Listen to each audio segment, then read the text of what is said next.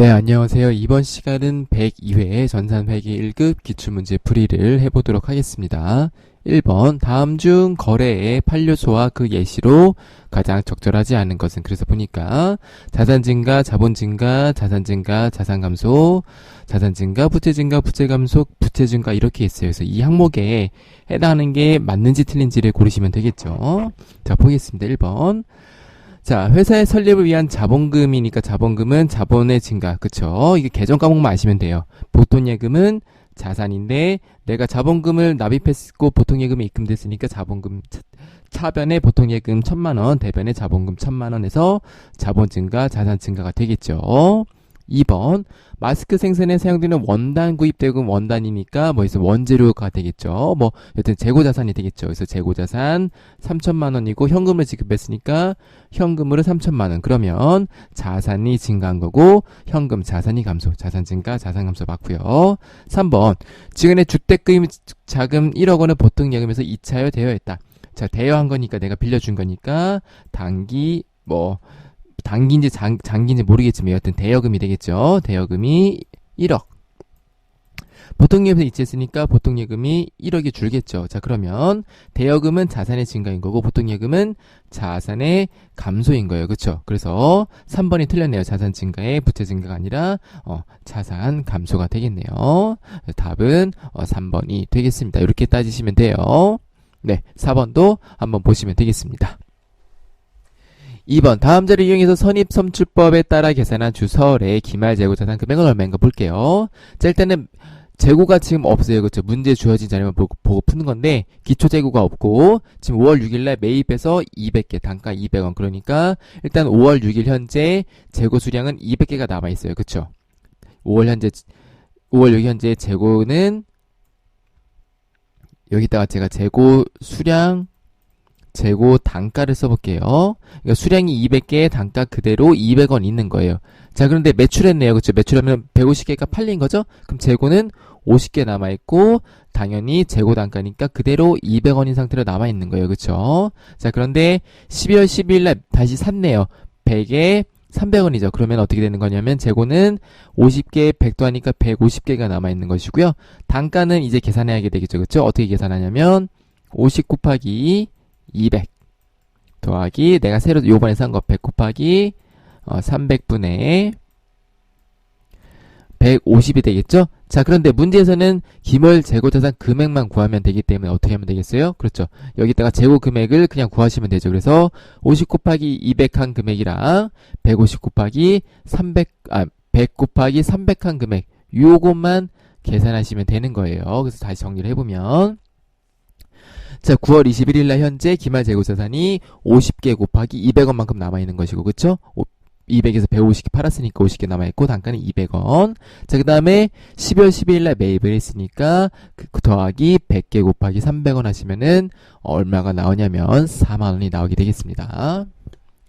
3번, 영업의 비용으로 처리되는 계정 과목은 계정 과목 문제 잘 모르면은 실기 프로그램 들어가서 영업의 비용 계정 과목 보시면 되겠죠. 답은 뭐예요? 되게 쉽죠?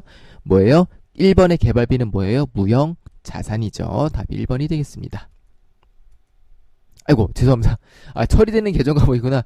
죄송해요. 순간 잘못 봤습니다. 그래서 1번 개발비는 무형 자산이고요. 자, 경상연구 개발비는 여기 B죠. 그래서 얘는 제조경비나 판관비로 처리할 수 있어요. 회사마다 다릅니다. 4번 소모품비도 마찬가지로 웬만하면 제조경비로 처리되지만 판관비로 처리될 수도 있어요. 그래서 영업의 비용에 들어가는 거는 3번의 무형 자산 손상차손이 되겠습니다. 4번 유형자산과 무형자산에 대한 설명으로 맞는 것은 1번 유형자산은 모두 감가상각을 해야 된다. 감가상각 안 하는 거 있죠. 뭐가 있어요? 토지. 2번 무형자산은 화폐성 자산은 아니죠. 3번 무형자산은 미래 경제적 효익이 있어야 돼요. 그쵸? 그 다음에 4번 무형자산은 물리적 실체가 없어야 됩니다. 그래서 답은 4번이 되겠네요. 5번 다음 거래를 모두 반영했을 경우에 나타난 결과에 대한 설명 옳지 않은 것은 보겠습니다. 자, 2월 1일 봤더니 시장성 있는 한국의 주식 100주를 단기간 보유할 목적이니까 뭐예요? 단기간 보유할 목적이니까 단기매매 증권이 되겠네요. 계정 과목은 주당 4,200원에 취득하였다. 취득 과정에서 별도의 수수료 2만원이 발생하였다. 자, 단기간 보유할 목적이니까 단기매매 증권이고요.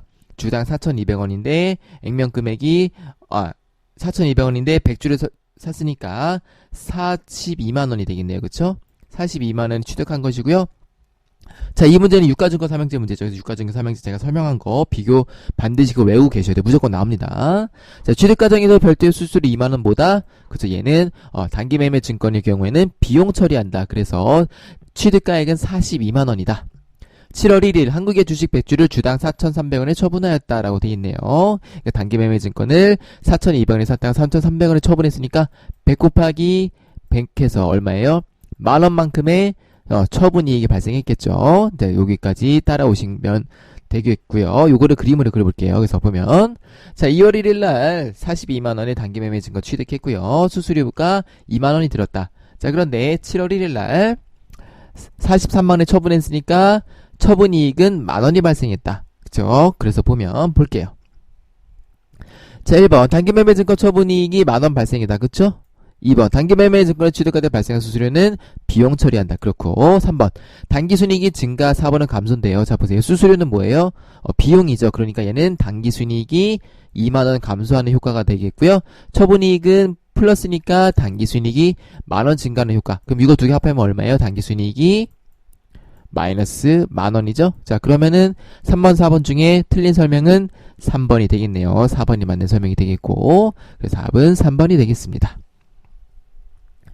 6번 다음 중 부채를 인식하는 요건에 대한 설명을 옳지 않은 것은 1번 과거 사건이나 거래 결과로 현재 의무가 존재하고요. 2번 당해 의무를 이행하기 위해서 자원이 유출될 가능성이 매우 높아야 되고요. 3번 당해 의무의 이행에 사용되는 금액을 신뢰성 있게 추정할 수 있어야 되고 4번 우발 부채는 부채를 인식하지 않아 의무를 이행하기 위하여 자원이 유출되는 가능성이 높은 경우에도 주석으로 기재하지 않는다라고 되어 있는데, 자, 제가 문제 팁을 하나, 풀이 팁을 하나 알려드리면요. 주석에 웬만한 거 다 기재해요. 웬만한 것. 그래서 주석으로 기재하지 않는다라고 나오면 그냥 그게 답이라고 보셔도 돼요. 그래서 4번에 우발부채는 우리가 재무제표에는 표시하지, 아니 재무제표가 아니라 재무상태표, 손익계산서, 현금흐름표, 자본변동표에는 표시하지 않지만 주석에는 표시를 해야 됩니다. 그래서 답이 4번이에요. 7번 재무상태표의 기본 요소 중 하나인 자본에 대한 설명으로 잘못된 것은 1번 자본이란 기업 실제의 자산에 대한 소유주의 자녀 청구권이다. 자, 뭔 말인지 모르겠는데 넘어가 볼게요. 2번 배당금 수령이나 청산 시에 주주 간의 권리가 상이한 경우에는 주주 지분을 구분 표시할 수 있다. 이것도 좀 어렵네. 넘어가 볼게요. 3번 재무상태표상 자본의 총액은 자산 및 부채를 인식 측정함에 따라 결정된다. 이것도 어렵네. 넘어가 볼게요. 4번 재무상태표상 자본의 총액은 주식의 시가총액과 일치하지 않습니다. 일치하지 않는 것이 일반적이에요. 자, 왜 그러냐면 보세요. 자, 자본의 총액이란 거는 우리가 자본금도 있고 자본잉여금도 있고 그쵸? 자본조정도 있고 그 다음에 뭐 기타 포괄손익 누계액도 있고 여러 가지로 뭐 이익형 잉여금으로도 나눠져 있고 그쵸? 그래서 여러 가지로 우리가 표현이 되고 있어요. 자, 그런데 주식의 시가총액은 어떻게 정해지는 거죠? 그죠? 주식의 그 수량 그리고 주식의 현재 시세 단가가 있겠죠. 수량 곱하기 단가가 주식의 시가총액인데, 자, 일반적으로 우리가 상장기업을 보게 되면 상장기업은 초 단위로 바뀌어요. 뭐가 바뀌어요? 주식의 시가총액이 초 단위로 바뀌어요. 그런데 이게 자본의 총액이 초 단위로 바뀔까요? 그렇진 않죠. 그쵸? 그래서 우리가 주식의 시가총액과 일치하지 않고요. 자, 1번 볼게요. 자본이란 기업 실체의 자산에 대한 소유주의 자녀 청구권이에요. 그래서 우리가 자본을 다른 말로 뭐 어떻게 불러요? 순 자산이라고 부르죠. 네, 그쵸. 이런 맥락에서 이해하시면 돼요. 2번 배당금 수령이나 청산 시에 주주 간의 권리가 상이한 경우에는 주주 지분을 구분 표시할 수 있어야 되겠죠. 당연히. 그쵸. 3번 재무상태표상 자본의 총액은 자산 및 부채를 인식 측정에 따라 결정된다. 우리가 자본은요 일반적으로 어떻게 측정하냐면 자기 스스로 측정이 안 돼요. 무슨 얘기냐면 자본은요 일반적으로 100% 그런 건 아닌데 일반적으로 우리가 이렇게 하죠. 자산, 부채, 그쵸? 그러니까 계정가면 어떤 내가 회계 처리를 하게 되면은 자본의 회계 처리를 하게 되면은 자본과 자산만 생길 수도 있고 자본이랑 부채만 생길 수도 있고 자산, 자본, 부채가 다 생길 수도 있어요, 그쵸? 그래서 자본은요 기본적으로 요거는 좀 회계 이론적인 내용이 좀 깊게 들어가야 되는데 자본은 자기 스스로 측정할 수가 없어요. 항상 자산과 부채를 제외한 나머지 자녀 지분을 자본이다 그래요. 그래서 제가 이런 강의 때 아마 이런 말씀을 드렸을 수도 있어요. 무슨 얘기냐면 자산은 부채 플러스 자본이다. 그래서 다시 얘기하면은 자산은 마이너스 부채는 자본이다 라고 제가 말씀을 드리면서 강의 안 했을 수도 있는데, 그래서 자본은 항상 내 스스로 측정 못하고 이놈과 이놈의 바뀌는 거에 따라서 정해지게 된다. 그렇게 아마 설명을 드렸는지 안 드렸는지 정확히 모르겠는데요. 요번 기회에 알아두시면 되겠습니다. 자본은 일반적으로 특수한 경우를 제외하고 일반적으로는 자기 혼자 스스로 측정할 수가 없다. 이렇게 보시면 되겠습니다. 문제는 쉬워요. 답은 4번이니까요. 8번 다음 자리를 이용해서 아래의 가를 계산하면 얼마인가? 매출총액에서 못 빼야지 영업이익이에요. 그렇죠. 판매비와 관리비죠. 자, 이것도 모르시면은 실기 프로그램 들어가셔서 손익계산서 조회하시면 돼요. 그럼 매출총액에 판매비와 관리비 빼면 영업이다. 그럼 판매비와 관리비 고르시면 되겠죠. 영업배 종업분의 급여 판관비고요. 자, 그 다음에 상거래 채권의 댕소상각비, 상거래 채권이기 때문에 얘는 판매비와 관리비인 거고, 상거래 채권 외일 때는 영업의 비용, 그쵸? 이자 비용도 영업의 비용이고, 기부금도 보시면은 영업의 비용입니다. 기부금 주시하셔야 돼요. 그래서 요 7만원이죠? 답은 1번이 되겠네요. 8번 제조기업의 원가계산 산식으로 가장 옳은 것은 1번 단기제품 제조원가는 어떻게 어떤가요? 해볼게요. 자, 재료비, 노무비, 경비를 더하면은 단기 총 제조원가, 여기에 기초 제공품을 더하고요. 그 다음에 기말 제공품을 빼면은 단기 제품 제조원가인 거고, 그 다음에 단기 제품 제조원가가 매출원가로 가서 기초 제품 재고액에 단기 제품 제조원가, 그 다음에 기말 제품 재고액을 빼면은 얘가 뭐예요? 이걸 뺀 게 요게 이제 매출원가가 되는 거죠. 자, 그래서 요거는 제가 이론 강의 때 외우라고 했어요. 이거 외우면은 그냥 뭐예요? 30초 땡짜리 문제예요. 1번 단기 제품 제조원가는 아니죠. 요거 뭐예요? 얘는 단기 총 제조원가. 1번 땡. 2번 직접 재료비는 요거 안 빠졌네. 재료비는 뭐예요? 기초 원재료 더하기 단기 매입액, 그 다음에 빼기 기말 원재료다. 그쵸? 그래서 기초는 항상 더하고 기말은 항상 뺀다. 자, 그래서 보면은 일단은 4번도 틀렸네요. 기말을 항상 빼야 되는데, 그쵸? 자, 그 다음에 3번의 단기총 제조원가는 직접 재료비, 직접 노무비, 제조 간접비니까 3번도 땡. 2번이 정답이죠. 기초 원재료에 단기 매입액 더하고 기말 원재료 빼시면 되겠습니다. 답은 2번이 되겠습니다. 네. 자, 이렇게 참고하시면 되겠고요. 10번 다음 중 개별원가 계산과 종합원가 계산의 비교 내용을 잘못된 것은, 그래서 개별원가 계산, 종합원가 계산도 단고 문제이기 때문에 제가 이번에는 아예 그냥 설명 밑에 있는 거를 빼버렸어요. 이번에 여러분들이 한번 그냥 눈으로 풀어보세요. 1번 종합원가 계산은 소품종 대량, 그렇죠. 2번 종합원가 계산은 원가를 제조 공정별로 집계한다. 좀 아리송하네. 3번 볼게요.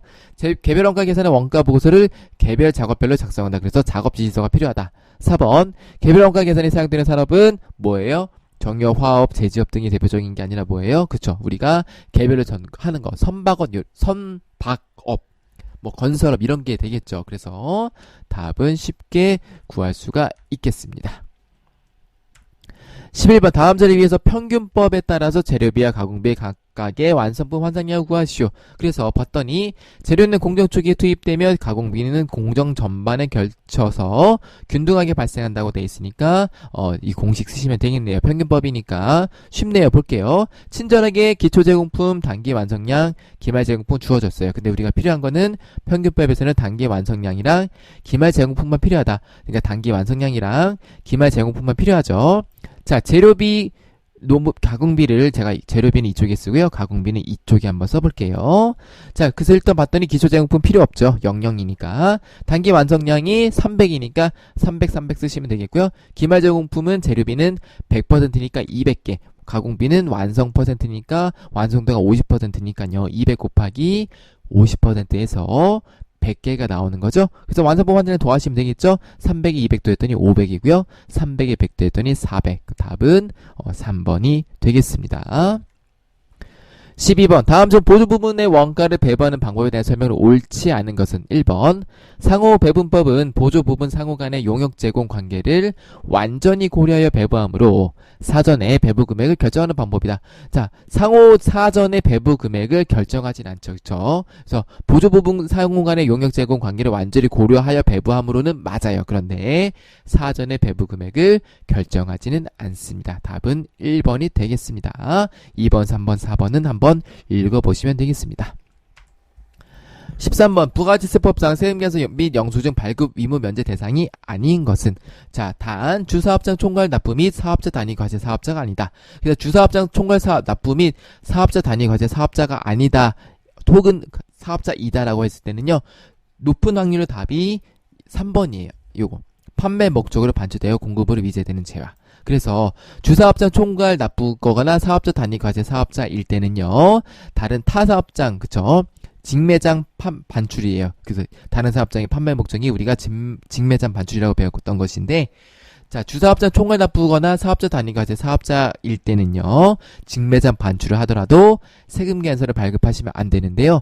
주사업장 총괄 납부 및 사업자 단위 과세 사업자가 아닐 경우에는 다른 사업장의 판매 목적으로 반출할 때는 세금 계산서를 발급해야 돼요. 그래서 답은 3번이에요. 14번 다음 중 부가지세법상 세금계산서의 필요적 기재사항에 해당하는 것은 고르시면 되겠죠. 답은 공급받는 자나 공급하는 자 전부 다 사업자 등록자 번호는 필요적 기재사항이다. 답이 4번이 되겠습니다. 15번 부가지세법상 면세되는 용역이 아닌 것은 이네요. 뭐예요? 답은 3번이죠. 네, 잠깐 쉬었다가 실기로 넘어가 보도록 하겠습니다. 네, 실기입니다. 1번 다음의 자료를 이용해서 거래처 등록 메뉴에서 신규 거래처를 등록하시오. 보시고 등록하시면 되겠습니다. 2번 금융전자의 기초채권 및 채무의 올바른 잔액은 다음과 같다. 거래처별 초기이월 자료를 검토해서 올바르게 정정하라고 되어 있습니다. 이것도 어렵지 않으니까요. 거래처별 초기이월 들어가셔서 각각의 계정 과목에 각각의 거래처를 확인하신 후에 이 계정 과목과 거래처에 맞는 요 옆에 있는 금액을 넣어주시면 되겠습니다. 어렵지 않으니까 넘어가 보도록 할게요. 3번 정기분 손익계산서를 검토한 결과 다음과 같은 오류가 발견되었다. 정기분 재무상태표, 그 다음에 정기분 손익계산서 등등등등을 수정하시라고 되어 있습니다. 그래서 우리가 재손이재라고 암기를 하신 다음에요. 제조원가 손익계산서, 이경은 처음분 계산서, 재무상태표 순서로 정리를 하시면 되겠습니다. 그런데 보면요. 자, 제가 일단 결론을 먼저 말씀드리면, 자, 소모품비인데요.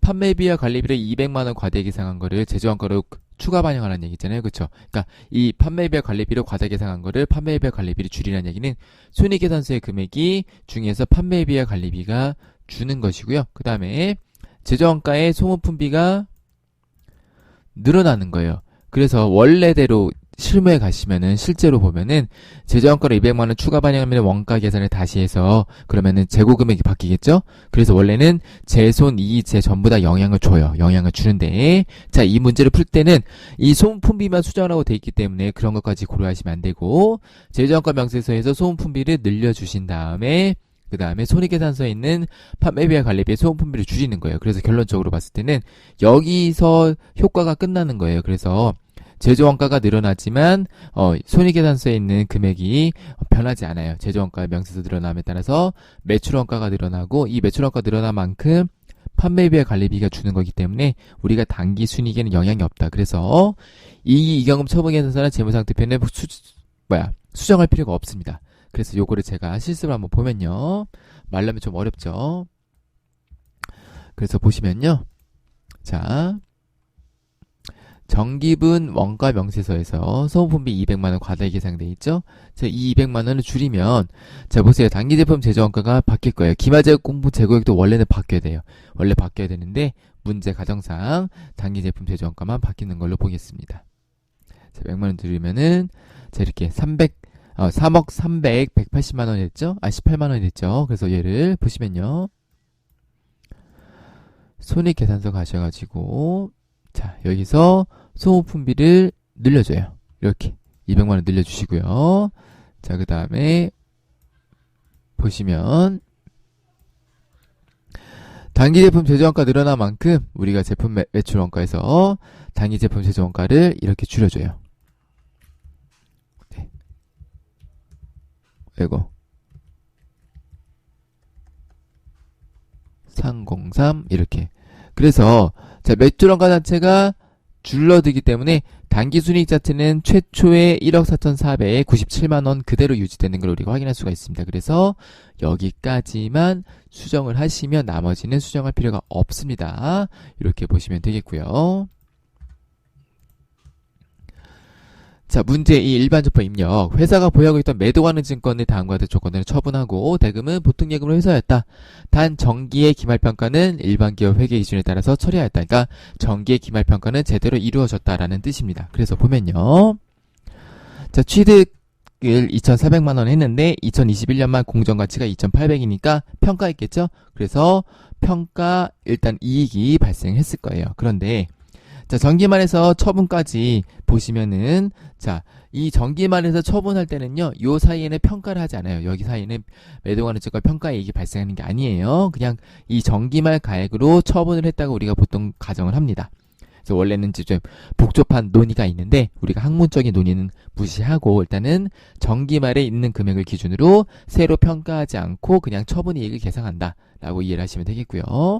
자, 근데 처분 이익은 보시면요, 어떻게 되는 거냐면, 내가 최초에 얼마에 샀어요? 2,400에 샀는데 뭐 중간에 어떻게 됐든 말든 결과적으로 나는 2,900에 판 거죠.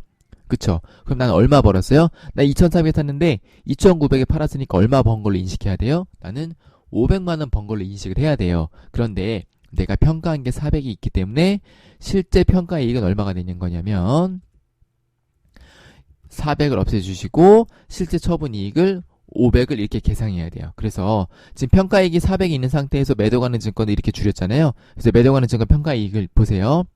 매도가는 증권 평가이익을 만약에 계상 안 했으면은 이렇게 안 했으면 매도가는 증권 처분이익은 500만 원이 아니라 100만 원이 됐어야 되는 거예요. 그렇죠? 그런데 100만 원이 될 수가 없죠. 왜요? 나는 2,400에 사서 2,900에 팔았으니까 500을 인식을 해줘야 되는 거예요. 그래서 500을 이렇게 인식해주고 중간에 평가한 매도가는 증권 평가이익 400은 없애준다. 이런 식으로 이해를 하시면 되겠습니다.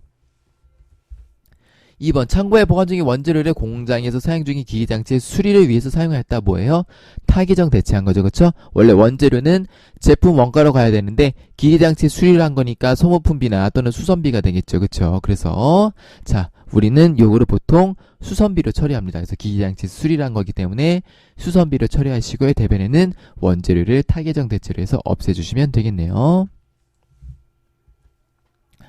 3번 세금계산서를 발급할 수 없는 간이가세자라고 되어 있습니다. 원래 간이가세자가 개정이 돼서 세금계산서 발급할 수 있죠. 그런데 일정 조건을 충족할 때는 세금계산서를 발행할 수가 없었어요. 그래서 문제에서 아예 제시를 해줬습니다. 세금계산서를 발급할 수 없는 간이가세자가 100토스트에서 공장 생산직 직원들의 간신용 토스트를 출분하였다. 대금은 현금으로 지급하고 아래 같은 영수증을 받았다. 일반 접에 입력하라고 되어 있으니까 우리가 공장 생산직 직원이니까 복리후생비 제조하시면 되겠고요. 현금으로 지급했으니까 현금으로 처리해 주시면 되겠습니다. 4번 정기의 대선이 확정돼서 대선 충당금과 상계 처리하였던 대전 전자의 외상매출금이 회수돼서 당사의 보통예금에 입금되었다라고 되어 있습니다. 일단은 자 현금이 들어왔죠. 그쵸? 현금이 아니라 보통예금이 들어왔고요. 자, 대전 충당금과 상계 처리했던 대전전자의 외상매출금이 회수되었잖아요. 이럴 때는 어떻게 되는 거냐면, 상계 처리됐다는 얘기는요, 외상매출금이 없다는 얘기예요. 외상매출금이 빵원됐다는 얘기예요. 그쵸? 그래서 이럴 때는 어떻게 하는 거냐면, 다시 대전 충당금을, 이렇게 넣어주시면 되겠습니다. 좀 특이하죠? 이렇게 왜 회계 처리를 하냐면요. 자, 외상매출금을 상계했기 때문에 이렇게 된 거예요. 대전 충당금. 외상매출금이 상계 처리됐기 때문에 외상매출금 자체는 이제 없어진 거죠. 그쵸? 없어진 거기 때문에 이 대등 충당금을 차변에 있던 것들을 다시 대변으로 넣어주는 개념으로 회계 처리를 한다고 이해를 해주시면은 조금 편하게 이해할 수가 있겠습니다. 5번 기기장치 구입으로 인해서 부가지세 이익이 예정신고기간에 발행한 부가지세 환급금 1,030만원이 보통예금 계좌로 입금되었다. 부가지세 이익이 예정신고기간에 부가지세 환급금은 미수금으로 회계 처리하였다. 자, 그러니까 미수금 처리 회계 처리한 거를 보통예금으로 받은 거죠. 크게 어려운 게 없죠. 그래서 보통예금 받은 거를 어떻게 되는 거예요? 그쵸? 미수금으로 회계 처리한 거를 보통예금으로 받았으니까 미수금 회계 처리한 거를 보통예금으로 넣어주시면 되겠습니다. 자, 6번 해외거래처인 ACEAS에 수출한 제품에 대한 외상매출금 2,000달러를 회수하였다. 외화로 회수한 외상매출금은 즉시 원화로 환전해서 당사 보통예금 계좌에 입금하였다. 그래서 자 선정일이 11월 1일이니까 어떻게 되는 거예요? 11월 1일날 회계 처리한 거를 11월 30일날 받은 걸로 처리하시면 되겠죠. 자, 그래서 보면요. 내가 11월 1일날 선적한 거를 11월 30일날 1150원이니까 나는 어떻게 되는 거예요? 1100원에 판 거를 1150원에 받았으니까 50원 곱하기 2000달러만큼의 이익이 생긴 거죠. 그래서 얘는 무슨 이익이에요? 내가 실제로 돈을 주고 받은 이익이니까 무슨 이익이다? 그렇죠. 외환 차익 또는 외환 차손으로 넣어주시면 돼요. 자, 그래서 지금 보시면은 이렇게 된 거죠. 외상 매출금이 2,000달러가 1,100원에서 220원만큼 했는데 실제로 받은 게는 230만 원이죠. 그래서 10만 원만큼의 외환 차익이 생겼다. 이렇게 회계 처리해 주시면 되겠습니다. 자, 메인 매출전표 1번. 한국마트에서 대표이사 신윤철이 업무와 무관하게 개인적으로 사용했네요. 그렇죠? 그럼 뭐예요? 전자세액세를 발급받았지만 뭐다? 불공이다. 그래서 개인적 사용으로 2번 넣어주시면 되겠고요. 차변에 가지급금 대표이사 신윤철, 대변에 미지급금 한국마트로 넣어주시면 되겠습니다. 2번 송송유통의 제품을 판매하고 다음과 같은 전자세액세를 발급하였다. 판매 대금 중에서 1,000만 원은 어음으로 받았고요. 나머지는 다음 달에 받기로 하였다. 그래서 얘는 10일 과세고요. 자, 어떻게 되는 거예요? 제품 매출을 내가 했는데 받을 어음으로 받을 게 1,000만 원 있고요. 나머지는 외상으로 받을 거다. 그런데 받을 어음은 지주상사가 발행한 어음이기 때문에 거래처를 지주상사로 해서 정확하게 넣어주시면 되겠죠. 3번 ES택으로 공장시설 보호를 목적으로 CCTV를 설치를 완료했고 전세금 계산을 발급받았는데 자, 개정 과목은 시설장치로 쓰라고 되어 있습니다. 그래서 우리는 그냥 쓰시면 되겠죠. 차변에 시설장치 대변에 부가세 대금 넣어주시면 되겠는데요. 네. 자, 현금으로 30만원 지급했고 나머지는 미지급금이니까 나눠주시면 되겠습니다. 전표 유형은 매일 매출 전폐 50일 과세로 하시면 되겠어요. 자, 4번. 당사는 본사에 사하고 신축할 목적으로 기존 건물에 있는 토지를 취득했대요. 자, 토지를 취득한 거니까 우리가 일단은 불공이다라고 인식을 해주셔야 되겠죠. 그래서 요거의 핵심은 요겁니다. 불공으로 토지 매입과 관련된 거 넣어주시면 되겠어요. 자, 그래서 토지를 샀는데, 자, 1,500만원은 보통 예금으로 지급하였고, 나머지는 외상이니까, 이번에는 토지를 구입한 거니까 미지급금이 되겠죠. 5번 개인 소비자인 권지우 씨에게 제품이 240만원을 별도로 판매하고 판매 대금을 신용카드로 받았다. 신용카드에 의한 판매는 매출 채권으로 처리한다. 그러니까 뭘로 처리하면 되겠어요? 그렇죠. 외상 매출금으로 처리하는데 계정 과목을 거래처를 신용카드인 국민카드로 넣어주시면 되겠어요. 자, 그래서 카드 과세인데 계정 과목을 뭘로 한다? 계정 과목을 외상 매출금인데 거래처를 국민카드로 하시면 되겠습니다. 6번 미국 소재 법인인 동호와 8월 4일 직수출 계약을 체결한 제품 5,000달러의 선적을 완료하고 수수자금은 차후에 받기로 했다. 직수출 계약일의 기준 환율은 1,180원이고 선적일의 기준 환율은 1,185원이다. 자, 그래서 항상 뭐다? 수출은 선적의 기준이에요. 아까 우리가 봤던 외환차익 10만원 발생한 분기의 전표도 그렇죠. 선적일의 기준 환율을 쓰는 겁니다. 자, 그래서 과세 유형은 16 수출, 그 다음에 동으로 하시면 되겠고요. 그래서 환율을 그렇죠. 이렇게 선적일의 환율로 넣어주시면은 문제가 없겠습니다. 자, 전표 수정입니다. 1번. 1기 확정 신고 기간에 부가세 납부세액과 가산세 162,750원이 있었는데 보통 예금으로 납부하고 일반 전배에서 세금과 공과 판관으로 처리하였다. 단 6월 30일에 부가세 회계 처리를 확인하고 가산세는 세금과 공과로 처리하시라고 되어 있습니다. 그래서 납부세액은 6월 30일에 회계 처리를 확인하셔서 그 회계 처리를 상기하는 전표를 넣어주시면 되겠고요. 가산세는 세금과 공과 판, 그러니까 162,750원은 가산세를 넣어주시면 되겠고요. 나머지는 납부세액 6월 30일에 회계 처리 확인해서 넣어주시면 되겠죠. 자, 그래서 6월 30일에 회계 처리를 확인해봤더니 자, 이렇게 돼 있네요. 봤더니 미지급 세금으로 2,259만 7,090원이 있는 거를 확인할 수가 있습니다. 자, 그런데 자, 8월 25일에 회계 처리 봤더니 2,275만 9,840원이 세금과 공과로 처리되어 있네요. 그래서 얘를 어떻게 하면 되겠어요? 그렇죠. 미지급 세금으로 상계 처리해 주신 다음에 나머지 가산세를 세금과 공과 판관으로 인식해 주시는 걸로 수정을 해 주시면 되겠죠. 네, 그래서 여기는 6월 30일 회계 처리를 확인해서 납부세액이 얼마인지를 확인 잘 해주시면 되겠습니다. 자, 2번. 이플러스로부터 구매한 스피커의 대금 220만원을 보통계획에서 이체하고 일반 전폐에서 상품으로 회계 처리하였으나 사실은 영업부에서 사무실에서 영무용으로 사용할 목적으로 구입하고 지출 증빙 현금 영수증을 발급받은 것으로 확인되었다. 회사는 이를 비품으로 처리하고 매입세 공제를 받으려고 한다. 자, 그러니까 요 이플러스의 스피커 대금 220만원을 일반 전폐에서 상품으로 처리했는데 이 상품 뭘로 바꾸면 되겠어요? 일반 전폐에 있는 거를 매입세 공제 받는 거니까 매입 매출 전폐로 바꾸시면서 상품의 계정 과목을 비품으로 바꾸시면 되겠죠? 그쵸? 그러니까 어떻게 되는 거냐면 수정 전에는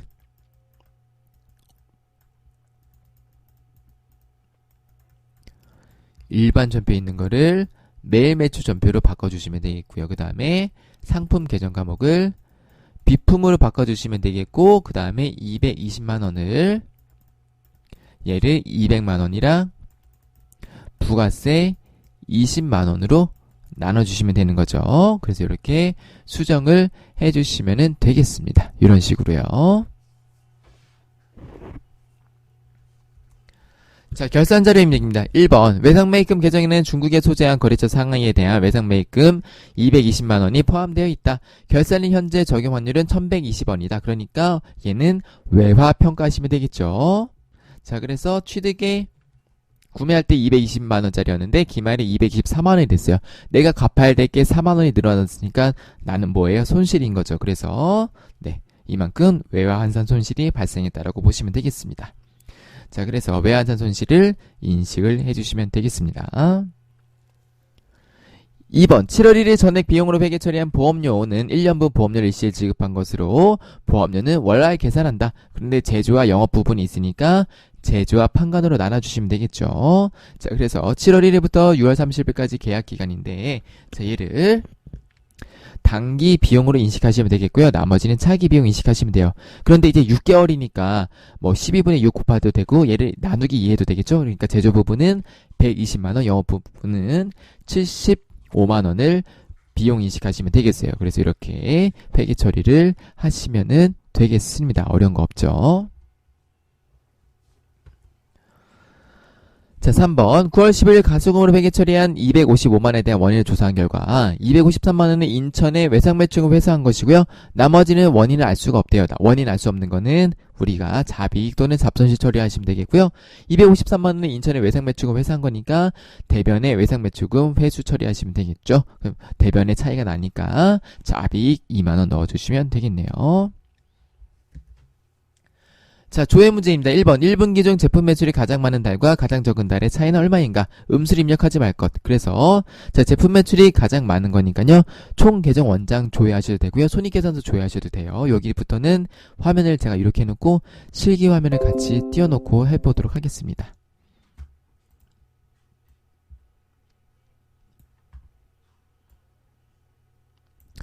자, 그래서 왜 제품 매출이 가장 많은 달과 가장 적은 달이니까 자, 총계정 원장 하셔도 되고요. 저는 손익계산서 가서 해볼게요.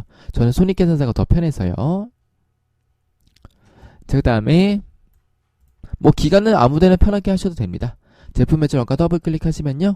자, 1월 달에는 7,927만 7,274원 2월 달에는 5,800만원 3월 달에는 1억 2천이죠. 자, 그러면은 가장 많은 달과 가장 적은 달은 가장 많은 달은 3월이고요. 가장 적은 달은 2월이네요. 그래서 이 둘의 차이를 우리가 계산해서 답에 넣어주시면 되겠죠.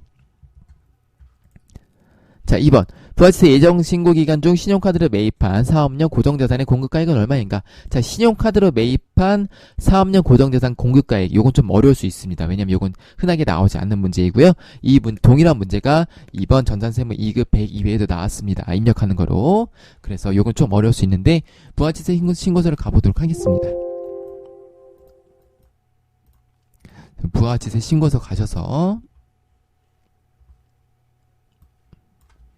자, 1월부터 3월까지 조회하신 다음에 어디 있냐면 자, 고정자산 매입 여기 있지 않고요. 어디 있냐면 그 밖에 고정 매입 죄송해요. 그 밖에 공제 매입세액에 가시면은 여기 있어요. 신용카드 매출 수령금액 합계표에 고정 매입에 350만원 이걸 확인하셔야 돼요. 그래서 봤더니 공급 가액이기 때문에 350을 입력하시면 되겠죠. 350 입력하시면 되겠습니다. 자, 3번. 현일 상황에서 회수한 외상 매출금은 얼마인가? 6월 중에. 그래서 자, 6월 중에 회수한 거기 때문에 얘도 실제로는 재무상태표 재무상태표 가서 봐도 돼요. 여기서 6월로 어딨죠? 이 외상매출금을 가시면은 이렇게 증감이 나와서요. 6월 달에 한일상에서 외상매출금 회수한 금액이 1000만원이다. 이렇게 보셔도 되고요. 아니면 자, 거래처 원장에서 보셔도 되는데요. 계좌별 원장에서 보셔도 되고요. 거래처 원장에서 보셔도 되고. 근데 가장 빠른 방법은 거래처 원장이 편하겠죠. 왜냐면은 거래처가 한일상이니까. 그래서 6월부터 6월까지 외상 매출금을 거래처를 한일상에 이렇게 보셔도 돼요. 그러면은 대변에 1000만원이니까 이렇게 1000만원인 거를 볼 수도 있겠습니다. 편한 대로 보시면 되겠습니다. 자, 이렇게 해서 102회 전301그 기출문제 풀이도 마무리를 해보도록 하겠습니다. 시청해주신 여러분들 감사합니다.